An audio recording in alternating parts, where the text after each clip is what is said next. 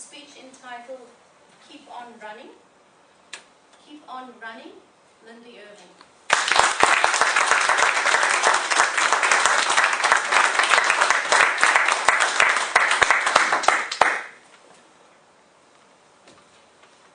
What does it take to be a true winner?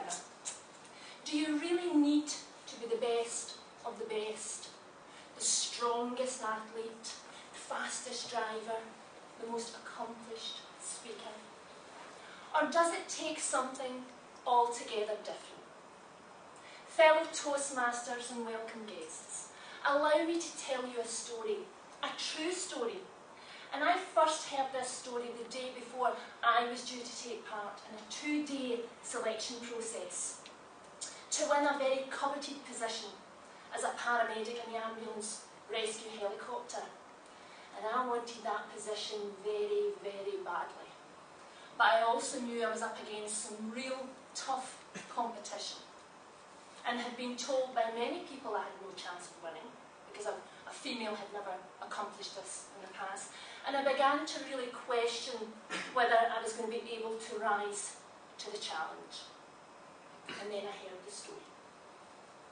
Every year, Australia hosts a 545-mile endurance race from Sydney all the way down to Melbourne, considered to be the world's longest and toughest ultramarathon. This 5-day race is only taken on by world-class athletes, usually in their 20s, and all of whom have undergone months of arduous training, have top-name sponsors, and are kitted out in the best equipment and training shoes. But in 1983, the whole of Australia was in for a surprise. On the day of the race, a man called Cliff Young showed up, and nobody paid him much, if any, attention. Cliff was, after all, 61 years old, had no teeth, and was wearing a set of overalls and his work boots. But when Cliff joined the other 150 runners to collect his race number, it looked as though he might be intending to run this race. And people began laughing, assuming it was a mad publicity stunt. But when it became apparent that Cliff actually was a competitor, the laughter turned to sniggering and sneering, and the press began to take an interest. And one of the reporters came over and said to Cliff, "Do you really intend running this race?" And Cliff replied, "Well, yes, I do." And the reporter went on to comment that Cliff couldn't possibly think he was fit enough to run this race, not without the proper training, the right sponsors, and the right equipment. And Cliff's response to the reporter went something like this, albeit in an Australian accent. He said, "I do think I can run this race, and I'll tell you why. I grew up in a sheep farm, and we had no horses, and we had no vehicles. So whenever a storm would come rolling in, I would be sent out to round up the sheep. Now we had 2,000 sheep, we had 2,000 acres.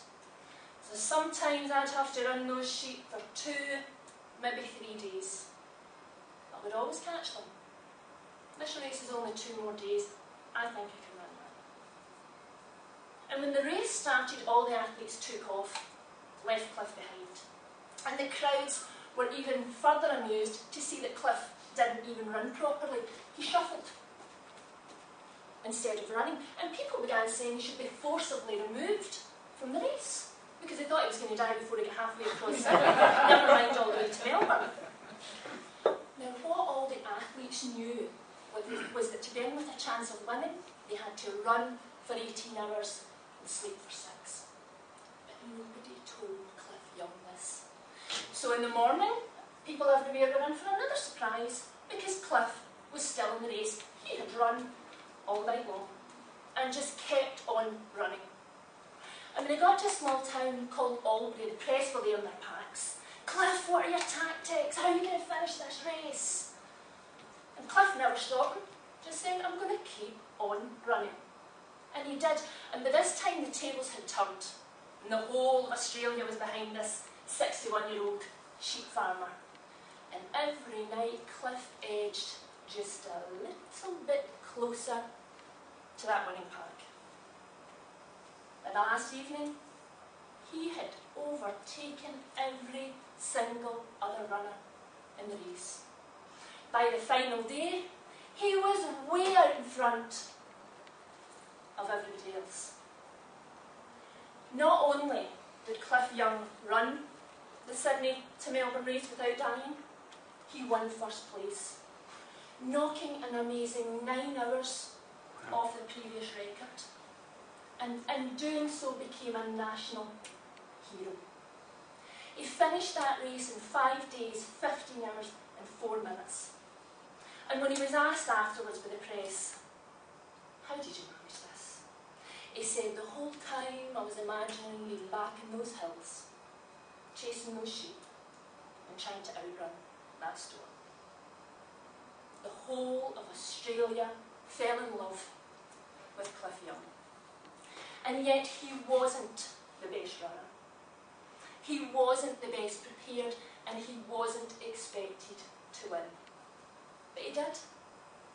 He won because he had the courage to take part in the first place, because he believed in himself, and because he never gave up. That, Toastmasters, is the heart of a true winner. So for those of you wondering, did I rise to the challenge? Thankfully, yes I did. Did I keep on running? Yes, I did. And did I win that very coveted position? Yes, I did, and became the first female in Scotland to do so. So to all Toastmasters everywhere, who've had the courage to stand up behind that lectern, whether to give their icebreaker, that first table topics, or to compete in a competition, congratulations, and keep on running, because as Cliff's story shows, there's the heart of a true winner in each and every one of us.